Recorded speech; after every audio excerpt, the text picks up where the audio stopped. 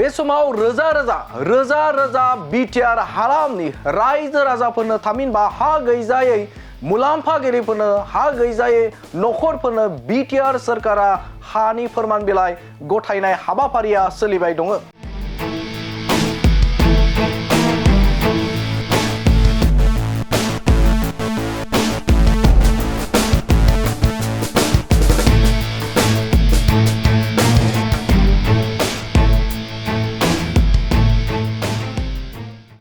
थिग बेबायदिनो दिनैबो क'क्राझार जिल्लानि बेन्दोङाव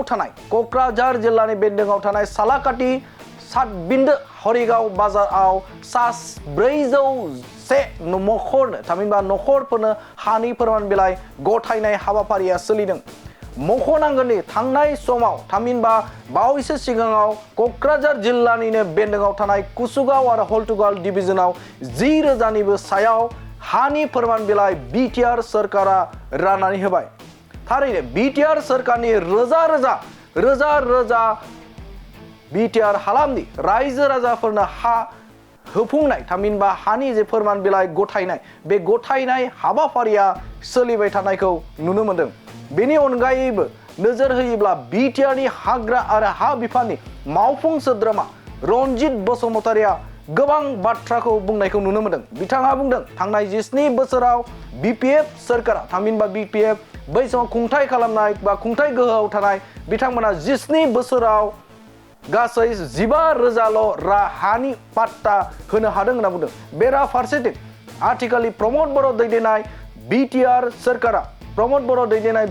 सरकारा 3 बोसोराव 1,06,000 नखरनो हानि फोरमान बिलाइ गथायबाय होननानै बिथां बिटिआरनि हाग्रा आरो हा बिफाननि मावफुं सोद्रोमा रनजित बसुमतारिया बुंथिदों।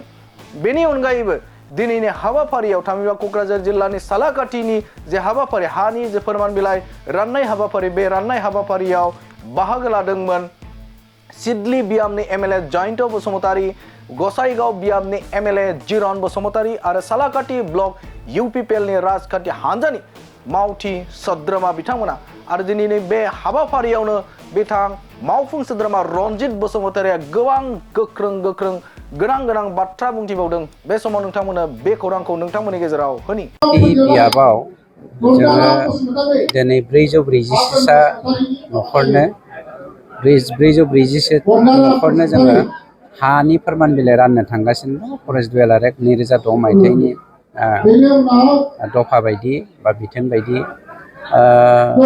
रंजाथाव बाथ्राया जादों थांनाय 17 तारिखआव जोङो 10,820टा 10,048टा नखरनो जोङो हानि फोरमान बिलाइ रानदों आरो बिनि अखानायैनो बाक्सायावबो जोङो 116टा नखरनो हा रानदों। दिनै बिदिनो माखासे थालांनायखौ जोङो राननाय जादों। गतिके मानबगेत्र प्रमद बर' बिथांनि दैदेननाय, इउजि ब्रह्म सार बिथांनि दैदेननाय, रेनगारा नार्जारि बिथांनि दैदेननायाव जोंनि इउपिपिएल दोलोआ बिटिसिआव थानाय गासैबो जाथि जनगोष्ठी बेवहाय मुसलमान, राजबंशी, सूत्रधर, गुरखा, आदिबासि, बर', राभा, गार' गासैबो जाथि जनगोष्ठी मोनफ्रोमखौबो सरजाबफानानै जेसेबां मानि हानि जेंना बे हानि जेंनाखौ जोंनि सरकारनि दिनावनो 100% जोङो समाधान खालामनो थाखाय जोङो थियारि जादों आरो बिनि खामानिखौ जों मावजेनबाय। हाग्रामा बिथांनि दैदेननायाव 17 बोसोराव हाग्रामाया 15,000ल' 15,000ल' नखरनो हानि फोरमान बिलाइखौ होनो हादोंमोन बा मियादि पाट्टा खालामना होनो हादोंमोन। किन्तु जोंनि मानबगेत्र प्रमद बर' बिथांनि दैदेननायाव जोङो 1,06,000 नखरनो जों दिनै अलरेडि हानि फोरमान बिलाइ आरो मियादि पाट्टाखौ जों बानायना होनो हाबाय। गतिके जोंहा जोंनि जा थांखिजों जोङो सरकार बानायदोंमोन बे थांखिखौ जोङो मावफुंगासिनो दङ। जायनि जाहोनाव गासैबो जाथियानो मुसलमानानो जा, हिन्दुआनो जा, ख्रिस्टानानो जा, जैन, सिख, बुद्धिस्ट गासैबो ज' जाजाय फैनानै दिनै प्रमद बर' बिथांखौ सापर्ट खालामफैदों आरो देग्लायनि जोंनि जा एमपि इलेक्सन बे एमपि इलेक्सनाव खुनु कन्टेस्ट गैयालासेनो जोङो 100% नोंथ' रावबो जाखाया माने माखासेखौ जोङो 10% 15% गालांनानै जोङो माने एमपिखौ देरहानो थांगासिनो। सना रुफा आरो हिरानि जुवेलारि गाननो मोजां मोनग्रा सुबुंफोरनि थाखाय गोजोनथाव खौरां।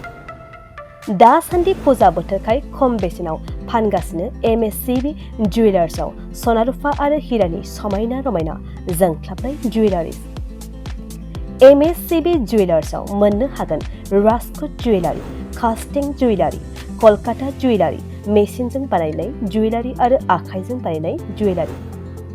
लोगोसेनो हाबा हुखायाव गाननो थाखाय सना आरो हिरानि समायना जुवेलारिसफोरखौबो मोननो हागोन। MSCB जुवेलार्सआनो दं क'क्राझार सहरजों नांजाबनाय क'क्राझार रेल गेटनि साखाथि वार्ड नं 5 बिवेकानन्द पथआव। MSCB जुवेलार्सजों थोंजोङै जगाजग खालामनोबो हागोन 9954273079 जानबुं अनजिमायाव।